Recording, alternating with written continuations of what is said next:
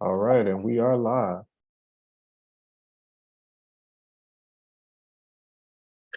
All right. Hotel, peace, greetings. Of course, welcome again, family. This is, of course, Melaneyes Media. My name is Aundar, and this is our Tuesday morning Black conversation, an opportunity for us to come together and just have a dialogue about something that is significant and important to us as a people. So we want to always thank you for joining us and invite you to join the conversation. If you're not on with us live, of course, as you look at the recording, of course, you can leave information, leave questions, and then just continue this dialogue with your family and friends. With that said, I'm gonna pass it over to my brother who's gonna guide us through our conversation this morning. Our co-host, my brother, my friend, Brother Born Logic. Hotel, my brother. Peace, Aundar. Peace and greetings, family. Thank you all for joining us, whether it is presently or in the future at some point in time. These Tuesday Black History Conversation series, just Black History Conversations, really are going to be housed on our YouTube channel. We would encourage you to subscribe to the channel. And then if you want to go back and see some of the previous episodes, they are available right here on YouTube. And with that being said, not going to waste any time with no further ado. Today's topic is really an idea and an ideal, and that is freedom. And so we're going to just discuss freedom, especially as it relates to us as a people. And what I'm also going to do is give us a visual. So I do have a screen I'm going to share real quick, just so we can have a reference point. All right. But let me do it like this because I realize I don't have my double screens up. So give me 1 second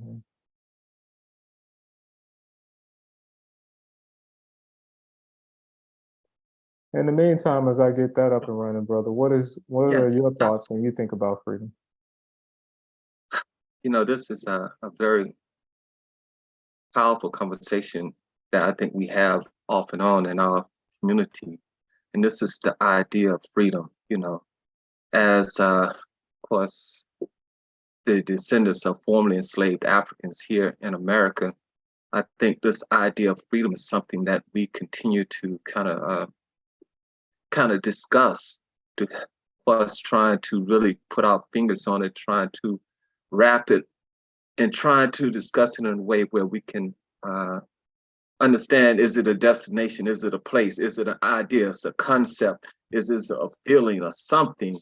And in our conversations many times, I think we find ourselves kind of defining freedom or coming to see freedom in many different respects.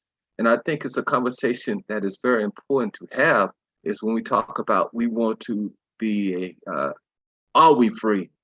You know, because some people may say, well, you're free because, I mean, 1865, you know, that was the end of the Civil War, the Emancipation Proclamation, the 13th Amendment, you know, ending slavery. So now you're free. But I think as people of African descent here in America, we continue to try to understand, are we really free? Because it doesn't feel that way. And we see, of course, many times examples of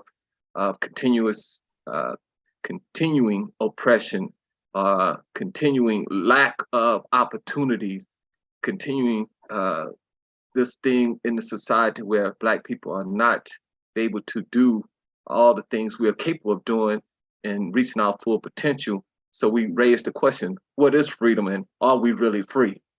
You know, if we think we are. So that's just something, but go ahead, my brother, because I see you got the slide up. Indeed. Well, I was going to start just with a quote from Nina Simone, and it says, "I'll tell you what freedom is to me, no fear." And I thought that was very powerful. I thought that was a very succinct way to summarize it, and that's her perspective. When I look at freedom, just to give some actual definitions that I came across, it says the absence of necessity or coercion or constraint in choice or action. And I think that's important because ultimately if we don't have constraints, if we have choice in our actions, then we can look at freedom in that way. Yeah. The other thing is the quality or state of being exempt or released, usually from something onerous, which I thought was also a good way to state it and something that could be learned from. Mhm. But when you see the definitions, what's some things that come to mind? You know, one of the first things is that absence of necessity, coercion, constraint, and choice of action. To me, part of freedom is the idea of being self-determination, of being able to choose how we're going to live our lives, and then, of course, having a quality of life without, feeling that we're under some kind of coercion or constraints by outside forces. And I really think, when we look at this idea of freedom, it's the idea, and I think it's in the Oduifa, it talks about when there's no fear.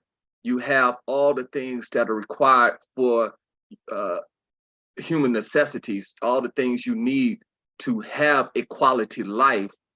And the idea is that we're living in a state, in a way that we have everything we need.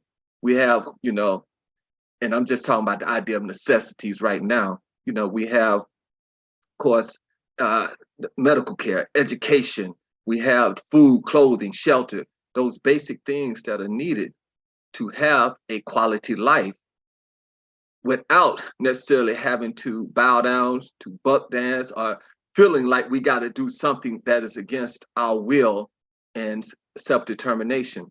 So, just looking at that, I think it's the idea of having a quality life where we choose how we're going to live our lives, and maintaining, our existence by being able to provide for ourselves the necessities of life. When I think about freedom, I think that one, I realize now in life is levels to freedom. I don't know if it's just a blanket thing. It's definitely different levels to it, in my opinion. But I think that the first level is mental. I think it starts in the mind. Was listening with Bob Marley, listening to it this morning, and he said, no one else but us can free our minds. And I think that's really where it starts. If you can mentally see the concept, if you can understand it within your own frame of reference point mentally, if you can have your own thoughts circulating and be without restraint, then I think it can correlate into actions down the line, even if it's not right away. And I think because even when we speak about enslavement, we know that it was first a mental state. An individual has to have a certain amount of fear and constraints mentally to even go into a physical chain. And so when we think about it, I think the first state of freedom is truly a mental state. It's a mind state. And once you have a mind state and you allow freedom within the mind, or you can see that ideal mentally, I think it can be achieved physically. I think that's an excellent point, brother, because I agree with Bob Marley and agree with you that we must be mentally free first and foremost. And I think that's, of course, our great struggle right now, meaning that, the chains have been removed, as some of our, great ancestors have helped us to understand. The chains removed from our ankles and from our chains removed from our hands, but the idea, have we removed those chains from our minds? In a sense, are we thinking as free people? Because, when you think as a free person, you would think that, hey, we think in the sense of defining ourselves, creating for ourselves, as, the principle would say, of self-determination in Kwanzaa. And I think this is one of our real struggles right now. When we had done our presentation on Dr. Carter G. Woodson, and he talked about the idea that, when you are in a state of being where you feel like you got to create a back door because you don't feel worthy of going through the front door yourself, then ultimately you're not free of mind. at that point. It's still some constraints on your mind. And so I struggle, and I ask you this, brother, in freeing our minds, what do you think, or what do you see has been maybe some of the things that help you and could help us as a people to help free our minds? Indeed. Well, I think going back to what Nina Simone said, freedom to me is no fear. Fear is false evidence appearing real. A lot of times it's an illusion.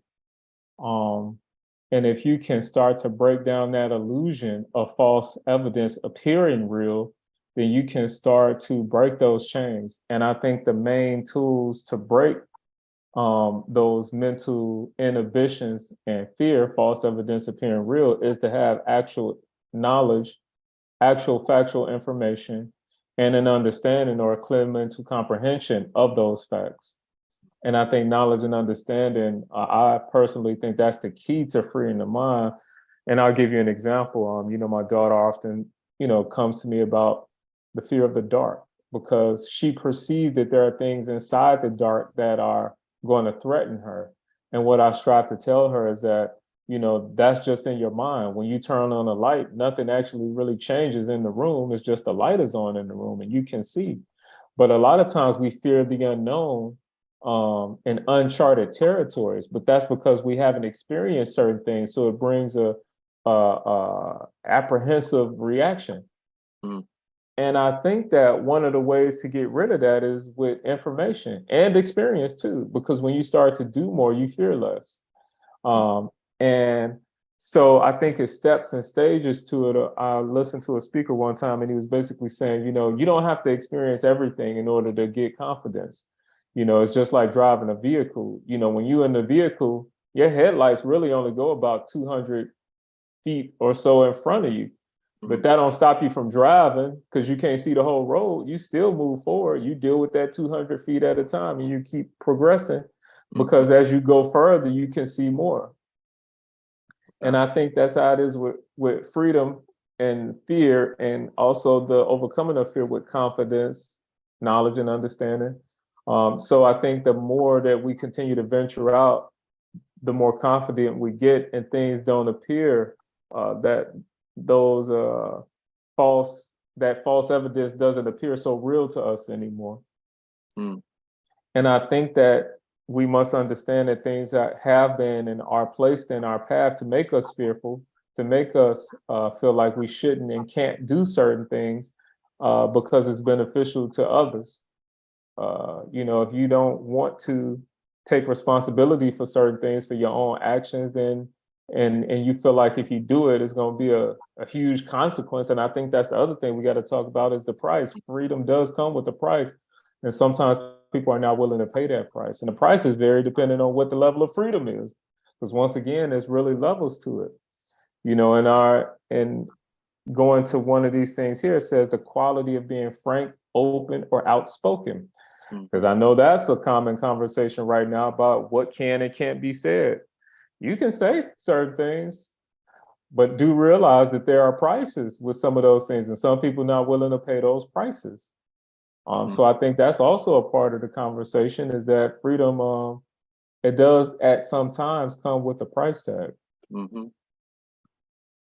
As you was talking, brother, one of the things that definitely stood out to me and thought was that it's almost like self-enslavement in the sense of that state of fear.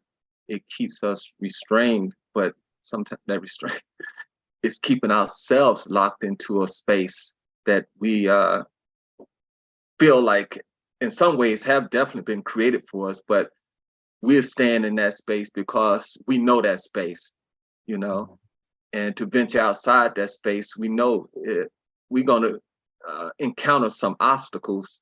But the fact is that our freedom depends on, of course, confronting those obstacles, confronting that fear, and then what we will find.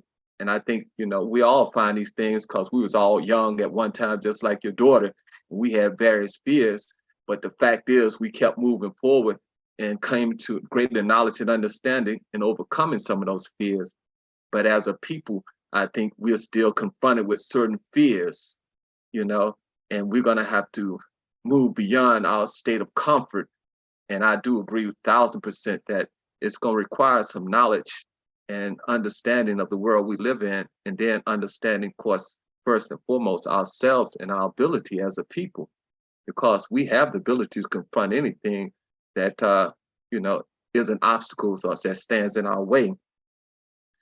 But also, you know, as you kind of open up the idea of the quality of being frank, open, and outspoken, you know, in the society or in this country, they talk about freedom of speech, but we know our freedom of speech is sometimes limited because we live in a state where you can't say you're taught almost to say that you can't say certain things because it's offensive to certain people, and if those people are offended, then they could, of course, take away some things of necessity from you.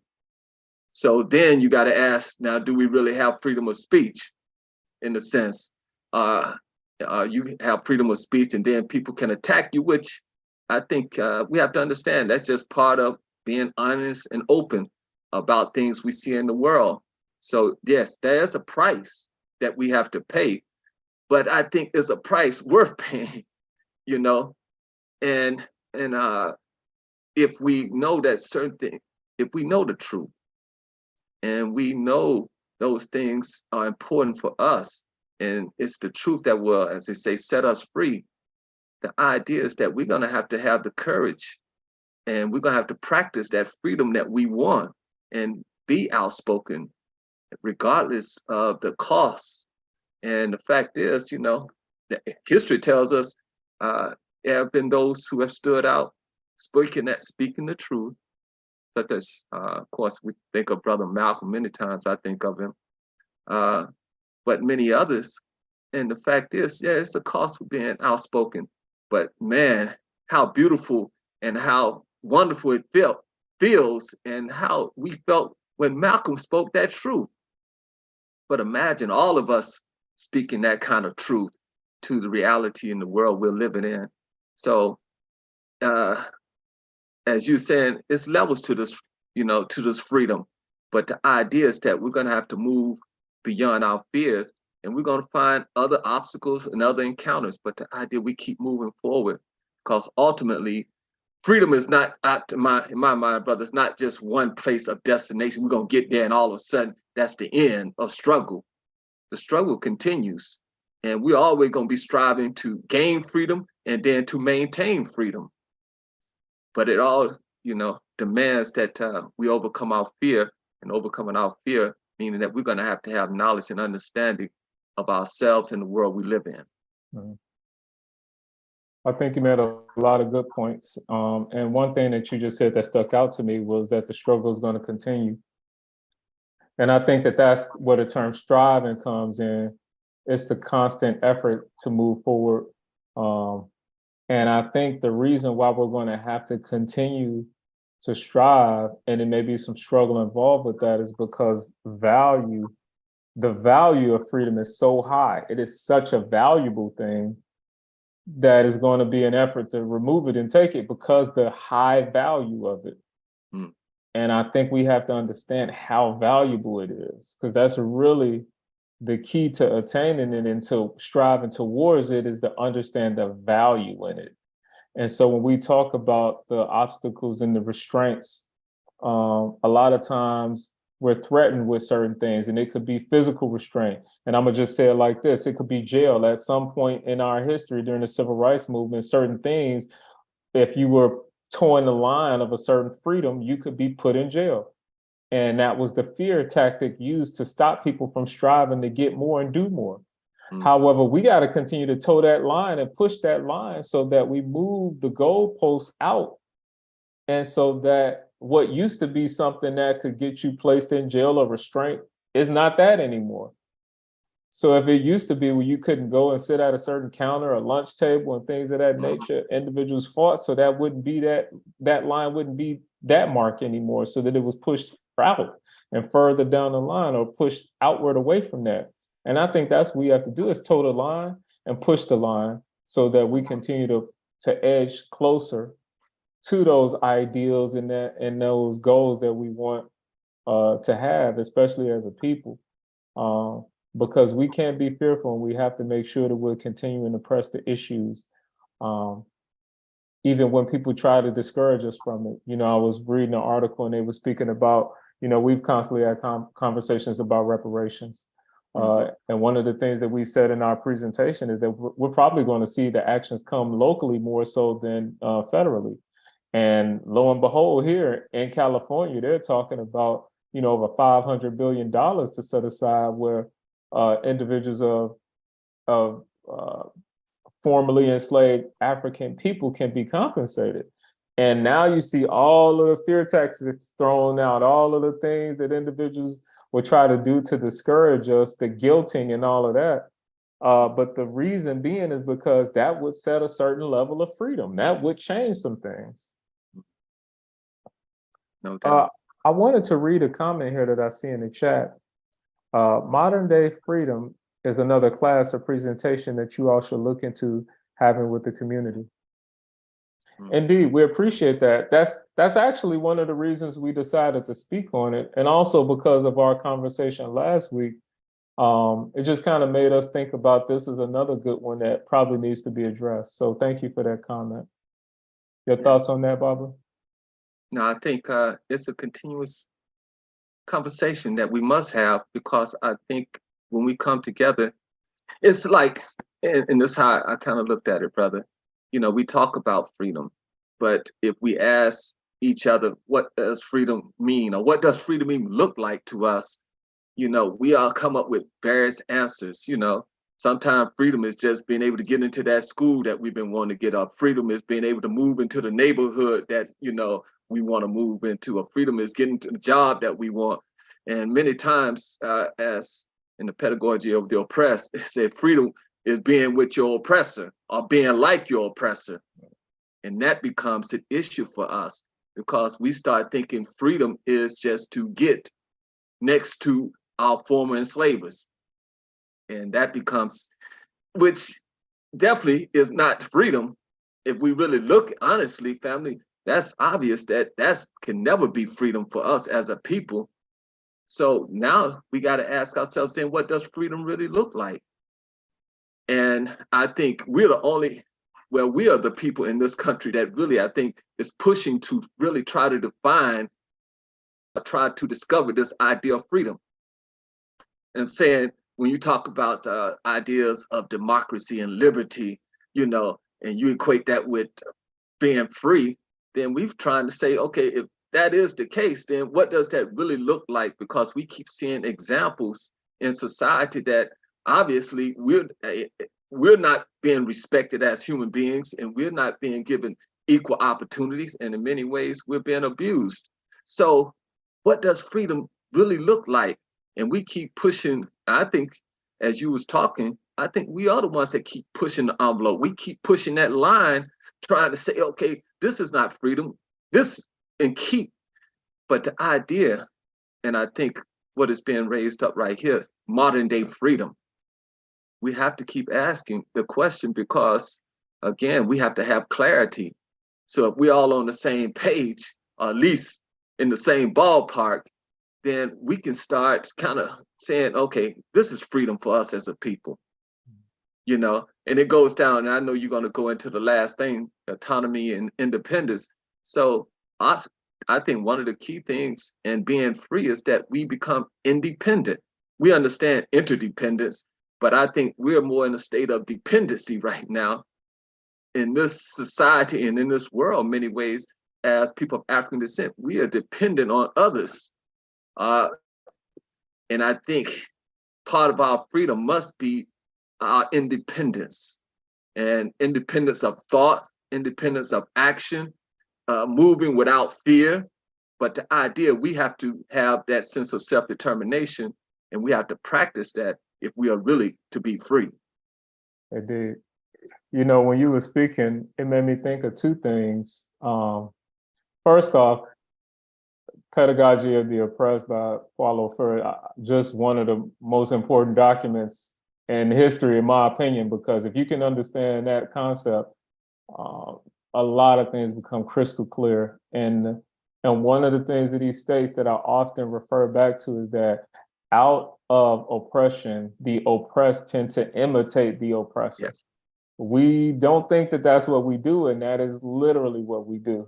We get out of an oppressed state, and the first step out, we start imitating those who oppressed us, as opposed to avenging those of us who have been oppressed just like us. And I don't think people really realize that. Yeah. But two things that stood out: the mental chains and the financial chains, I think, are the most powerful in this country. Mm. Because most of the times people inhibit and restrain themselves mentally. And once people get out of that, a lot of times the secondary method to enslave a person is financially, by putting inhibitions on our finances or our ability to get food, clothing, and shelter, and the things necessary for us to survive, which in a capitalistic society equates to money a lot of times. And so the threat of taking a person's job, their well-being, their bank accounts, and things of that nature are becoming far more real in this modern time that we're in, especially as things become more digital, and more online, I'll say, as our speech becomes more easily monitored and seen. The freedoms that we used to enjoy are really in danger, in all honesty. And we're talking about a time frame that resembles more, we often speak about the book 1984, then it's becoming a little more restrained than we may think that they are. And we're being monitored a lot more than what we may believe. Yeah. Our actions, our whereabouts, our spending habits, and these things are being watched and constrained in ways we may not realize. And I think that's why the knowledge and understanding part is key, because we really have to always be aware. And we also have to be aware that we do have rights. And I think you should strive to exercise it on a regular. So when we talk about autonomy and independence, I think that's something you have to exercise in small amounts until that ability grows and grows. And I'll say for me, one of the first real eye openers was when I left my job. I don't think I realized how much I was coddled until I fully left the workforce. My 401k and retirement was done for me. My healthcare was done for me. My taxes was done for me. I had no idea how to work these things. And I thought that I had some autonomy, and realized I was fully dependent on somebody else to supply and also to understand these things. These were things I didn't even fully understand. And I will say this last year, I've become more in tune with finances and just understanding the banking system and interest rates and investments and things of that nature, and not realizing that this is a whole world that I could be exercising. But when you don't realize you have rights or autonomy or ability in a certain category, you don't even exercise it. And so I think the more that we can independently start to activate our rights and freedoms in small instances, it can grow to where we'll become more autonomous. Yeah. You know, and I think so. And I agree, brother, because one of the things you just spoke of as you talked about your experience and coming into knowledge, and the fact that some of the things that was being done for you, you know, you didn't have any knowledge of it. But because once you left that job, that position, then now it demands that you grow in knowledge and understanding these things. And it just made me realize that one of the things that definitely puts a constraint on our freedom is our ignorance. You know, we become dependent on other people just doing things for us. And of course, the danger of that is that when you depend on someone else to do something for you and they don't have your best interests in mind, and in many ways they want to keep you in that position of dependency, it's a very dangerous position, because when you start to speak out or say something that is not in alignment with, you know, the person that you're dependent on or the people you're dependent on, you start to express thoughts that are not aligned with those who you know, you're dependent on, then you become very vulnerable, because now you really understand that you have to monitor how you talk, and you have to monitor your own thoughts, and you can't share openly and be outspoken and frank. You have to be very monitored, but self-monitored. So when you talked about even the idea of 1984 with Orwell, just the fact of the thought police, the idea today, we're living in a society that in many ways, all of our thoughts are being monitored. And because we're expected to toe the line a certain conversation, and when we don't toe that line or we don't follow that conversation, then we become suspect.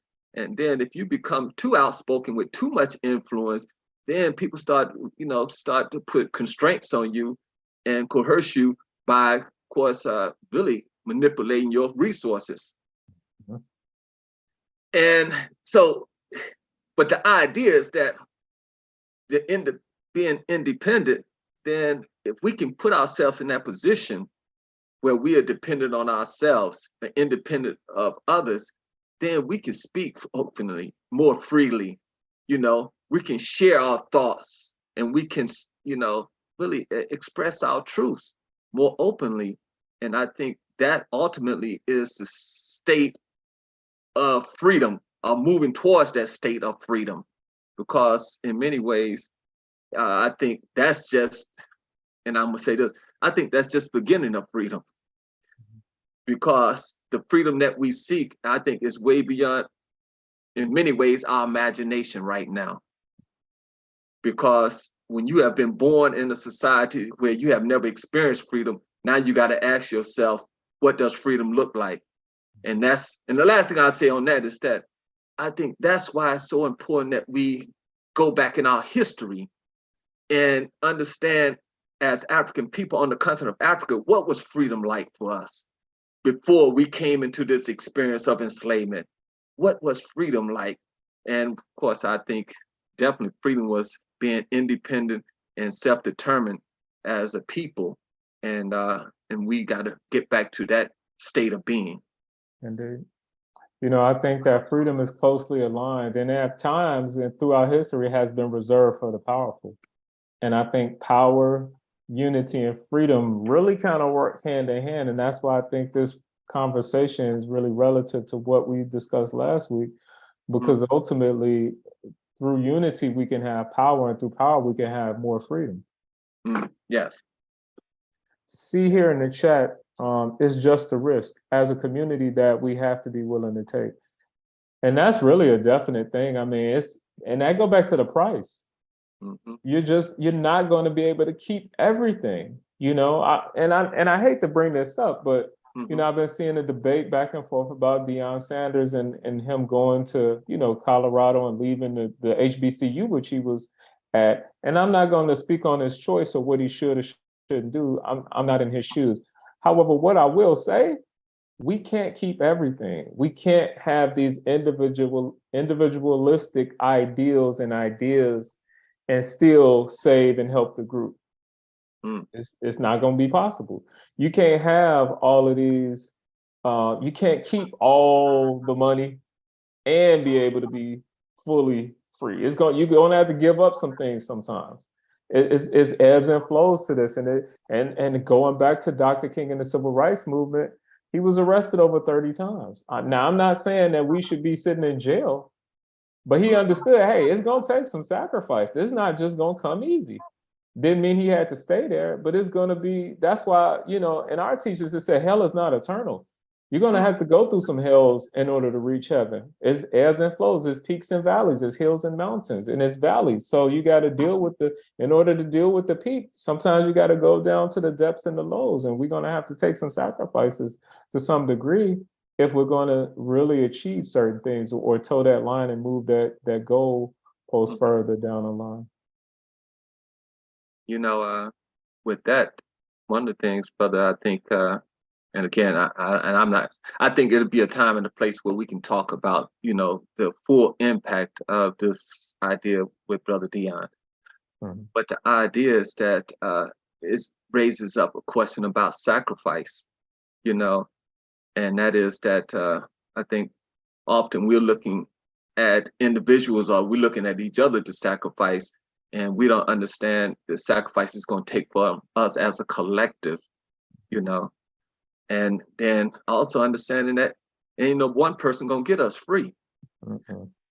It's going to take a collective effort of all of us. So when in the comment they're talking about it's just a risk as a community, it's going to take a community. It's going to take us as a people willing to sacrifice, to take that risk, you know.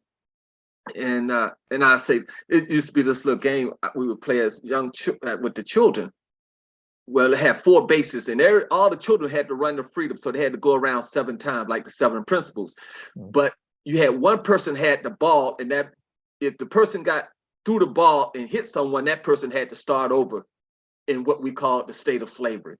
The interesting part about it, you got 10 children running around the base. You got one person with a ball. And what they finally come to realize is that if all 10 of them start, running at the same time, the ball can normally only hit one person. Yeah, one person may lose and go back, but the other 9 could advance. So the idea I really saw in that playing that game was that, look here, we all take the risk together, and none of us may have to lose, but we all can advance if we move together as a group, because really the obstacles is not so difficult to overcome. We just have to realize that we have the power collectively to move forward, and we can overcome those obstacles. Indeed. And 2 things that you just mentioned that I think are key is trust. Because if we don't trust that we all going to continue to move, if one of us fall, then that's hard to stay together. The other thing is, and I had a thought, and I just lost it. But I think trust is a factor. I see another quick comment here. What are your opinions on celebrities that can use their platform to help the Black community, but don't? I think we have to stop looking to celebrities so much. They are doing what they do, and a person that may be a great actor has probably devoted a majority of their time to acting. We can't necessarily think that they're going to be doing other things at a high level because of what they may have devoted to being a great actor or actress. And I think that we have to we have to take individuals, and let's go back to the unity conversation. When people have a certain strength, we see that strength and we help them get to a certain level, and then we gotta get other people in different positions that can do other things that are necessary. And so I think, I don't want to take too much of the conversation, but I do want to say that I think it's a time and a place, and I think that people that are in a position of attention could sometimes do more if they chose to. But like Baba Aundar said earlier, I mean, hey, we got to really look at the collective. We're in a time of the collective. We don't need leaders. We don't need figureheads. We need the power as a collective to really achieve the things that we're talking about. Your thoughts, anything you want to share on that, Baba Aundar? I would just follow up that with brother say that, the celebrities, and I think that may be a discussion to have, because I think so often these people become celebrities in a society that's already structured to award people for maintaining a certain toe of the line. And in respect of, what celebrities can and cannot do, it really, comes down to them being independent, meaning that, if you take someone like, at one time, of course, we take the great Muhammad Ali, was a great celebrity. And of course, he became activist. But then we saw, the sacrifice he had to make and the suffering he experienced. Well, I'm saying that to say is that, for the most part, as celebrities, they have been put in these positions, but if they get outspoken, that's the sacrifice they're going to have to make, and this suffering they will go through. Needless to say, as a community, as a people, we all going to have to sacrifice, we all gonna suffer as we continue to struggle for our freedom. And I do hope that, people will understand that at some point, as individuals and as a collective, that we all gonna have to stand together. So, I think as we see certain celebrities want to speak out, but even there's a constraint on how they can speak. And until we achieve unity as a people in the sense of collective power, because if we have that unity, they will be able to speak more freely, And of course, that platform probably won't be there much longer, at least not on that, on that platform. But the fact is, they will have the freedom to speak if we are acting as a collective, because they will speak as a voice. They'd just be the spokesperson for what the collective and that what we as a people have decided we want and demand. So it's going to take a certain level of unity, I think, for, the celebrities, and for those who are not celebrities, all of us going to have to come together. Indeed.